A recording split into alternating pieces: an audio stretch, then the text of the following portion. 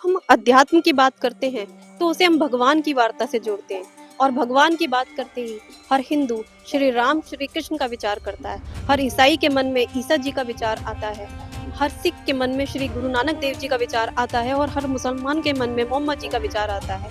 हम सब जानते हैं कि भगवान एक है, लेकिन न जाने क्यों हमने अपने धर्म के आधार पर भगवान को भी बांट लिया है। केवल हम ही नहीं, हमारे धर्म गुरु भी हमें धर्म के आधार पर अलग अलग शिक्षाएं देते हैं। तो क्या ये मान लिया जाए कि धर्म के आधार पर अलग अलग शिक्षा देना ही जात पात की खाई बढ़ने का कारण है?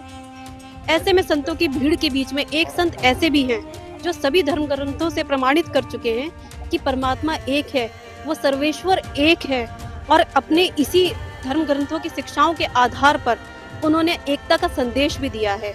जी हाँ, हम बात कर रहे हैं संत रामपाल जी महाराज जी के बारे में, जिनका कहना है कि जीव हमारी जाति है, मानव धर्म हमारा है, हिंदू मुस्लिम सिख ईसाई धर्म नहीं कोई न्यारा है।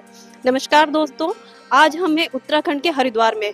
यहाँ पे संत रामपाल जी महाराज जी का एक दिवसीय सत्संग आयोजित किया गया है।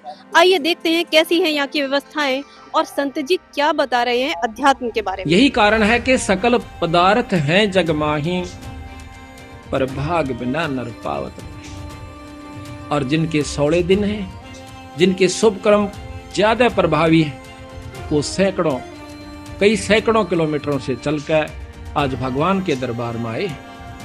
और कल कितनी सर्दी थी, छोटे छोटे मासूम बच्चों को लेकर अपनी गोदी में आज भगवान के दरबार में आए।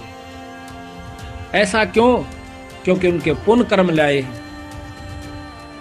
और जिनके माड़े कर्म है वो मनमाने को रिश्तेदार आ जा और उन ले जावा किता कह देगा भैंस मोल लेनी से मैंने दुआ कर ला।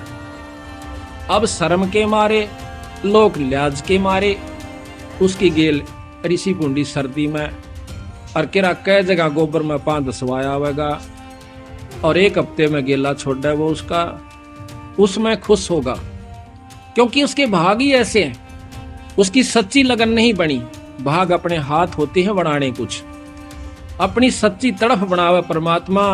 आज तक बुलाइयो मालिक, जब ईश्वर रजा करेंगे आपकी सच्ची तड़प को देखकर आपको समय भी देंगे, आपको हौसला भी देंगे, आपको छुट्टी भी देंगे। इस काल के कोल्लू में तय ये आपका काम खत्म नहीं हो सकता। हम चले जाएंगे पर काम जो का तो बाकी छोड़ जाएंगे, चाहे कितनी व्यवस्था बनाकर चले जाइए, ये खत्म नहीं हो सकता। सत्संग में सभी श्रद्धालु बहुत ही शांति से सत्संग का श्रवण कर रहे थे। प्रोजेक्टर के माध्यम से संत रामपाल जी का सत्संग चल रहा था। इसी दौरान हमें भी एक अदृश्य शक्ति का एहसास हुआ। अपने प्रवचनों के माध्यम से संत जी ने बताया कि सत्संग से आत्मा की शुद्धि होती है और बुरे विचारों का नाश होता है। उन्होंने श्रद्धालुओं को सत्संग में भाग लेने की प्रेरणा दी और कहा कि 84 लाख योनियों के चक्र से मुक्ति पाने का ये सर्वोत्तम मार्ग है। परमात्मा का, सच्चे परमात्मा का ज्ञान का प्रचार हो सके। धन्यवाद सर। सर क्या नाम है आपका और कहाँ से हैं आप? सर साहब जी, मेरा नाम ओमकार है, मैं लक्सर से आया हूँ। क्या करते हैं सर आप? मैं किसान का काम करता हूँ। सर आप लक्सर से इतनी दूर अपना सारा काम छोड़कर सत्संग में क्यों आए हैं इतनी दूर हरिद्वार में? हमारे गुरुजी संत रामपाल जी महाराज बताते हैं कि संत मिलन को चालिए तजमाया अभिमान, जो जो कदम आगे रखे वही यज्ञ समान।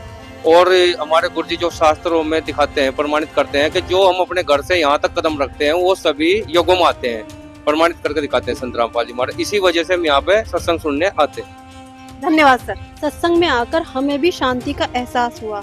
बहुत से श्रद्धालुओं से बात करके हमने जाना कि संत रामपाल जी महाराज जी का सत्संग जीवन को बदलने की क्षमता रखता है। ये न केवल आध्यात्मिक ज्ञान प्रदान करता है बल्कि व्यक्ति के जीवन के उद्देश्य की ओर उसको अग्रसर करता है। कहा जाता है कि सत्संग सुख, शांति और संपन्नता का वास करवाता है घर में।